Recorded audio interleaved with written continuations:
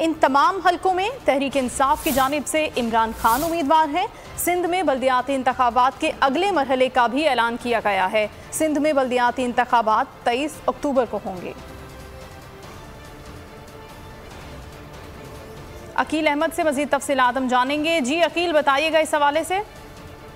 जी देखिए, बिल्कुल इनकी जानिब से जो मुल्क भर में जो ज़िमनी इंतखाबात मनसूख किए गए थे उनको से दोबारा से जो है वो अब ज़िमनी इंतखाबात कराने का ऐलान किया गया है। इस हवाले से आज इलेक्शन कमीशन में इजलास हुआ जिसमें ये फैसला किया गया कि मुल्क भर में जितने भी जो ज़िमनी इंतखाबात मुलतवी किए गए थे उनको 16 अक्टूबर को जो है वो कराने का जो है वो फैसला किया गया है। इससे कबल जो 9 ऐसे हल्के थे जिनमें इमरान खान जो है वो कागजात नामजदगी जमा करा चुके थे, उन पर इंतखाबात मनसूख थे। उनमें से अब जो 8 हल्के हैं वहाँ पर 16 ज़िमनी इलेक्शन कराने का इलेक्शन कमीशन की जानिब से जो है वो फैसला किया गया है। इसके अलावा जो सिंध में जो बल्दियाती इंतखाबात का दूसरा मरला हुआ है, तो अब इलेक्शन कमीशन ने जो कराची में बल्दियाती इंतखाबात के लिए 23 अक्टूबर को पोलिंग कराने का फैसला किया है। जबकि हैदराबाद में चूँकि सैलाब की सूरत हाल अभी जारी है, तो इलेक्शन कमीशन ने सिंध हुकूमत से और सूबाई इलेक्शन कमिश्नर से रिपोर्ट तलब कर ली है, जिसके बाद हैदराबाद में जो है वो बल्दियाती इंतखाबात करने का फैसला किया जाएगा। तो इस हवाले से अब इलेक्शन कमीशन ने